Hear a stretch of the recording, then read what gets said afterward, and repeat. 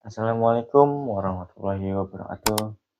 Perkenalkan, nama saya Abdul Wahab Abdillah. Saya adalah mahasiswa Ekonomi Syariah UIN Siber Jati Cirebon. Jadi pada video kali ini saya akan membahas tentang perekonomian Indonesia yang marak belakangan kali ini terjadi. Ya seperti melemahnya harga rupiah. Coba deh kalian kita bayangin, uang yang 100.000 dulu terasa sangat cukup, sekarang kok berasa cepet banget habis ya. Nah, salah satu penyebabnya adalah nilai tukar yang sedang melemah terhadap dolar Amerika Serikat. Bahkan hari ini nilai tukar rupiah tembus menjadi 17.500 per dolar Amerika Serikat. Nah, angka itu tentu bikin banyak orang mulai khawatir, soalnya kalau rupiah melemah, harga barang impor biasanya ikut naik. Dampaknya harga kebutuhan sehari-hari ikut terdorong naik juga. Padahal kalau kita lihat dari target pemerintahan dalam APBN 2026, nilai tukar rupiah diharapkan berada di sekitar 16.500 per dolar. Artinya kondisi sekarang sudah cukup jauh dari kondisi tersebut. Lalu sebenarnya kenapa sih rupiah bisa melemah seperti ini? Kalau kita lihat penyebabnya datang dari dua arah, dari luar negeri dan dalam negeri sekaligus.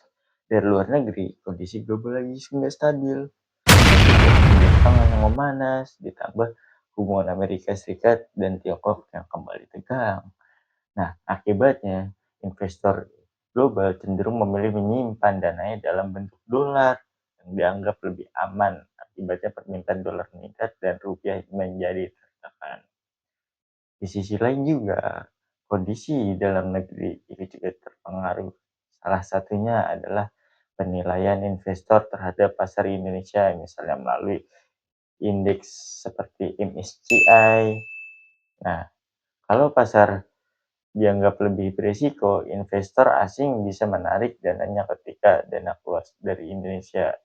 Otomatis kebutuhan dolar meningkat dan rupiah kembali melemah. Belum lagi Indonesia masih cukup bergantung pada impor, terutama minyak. Saat harga minyak dunia naik, kebutuhan dolar juga ikut meningkat. Ini semakin menekan nilai tukar rupiah. Kondisi ini bahkan sebagian orang membandingkannya dengan krisis ekonomi pada tahun 1998. Nah, meskipun tentu situasinya tidak sepenuhnya sama, kekhawatiran masyarakat pun wajar karena dampaknya bisa langsung terasa pada harga kebutuhan pokok. Makanya masyarakat mulai takut kebutuhan semakin mahal, sampai Ketua DPR Ibu Puan Maharani ikut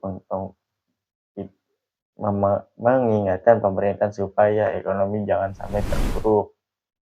Nah, Bank Indonesia pun sebenarnya sudah melakukan berbagai langkah seperti intervensi di pasar valuta asing. Namun, beberapa pengamat menilai bahwa dalam waktu dekat rupiah masih akan sulit ke level 16.500. Bahkan ada prediksi bahwa rupiah bisa saja menyentuh 18.000 per dolar jika tekanan terus berlanjut.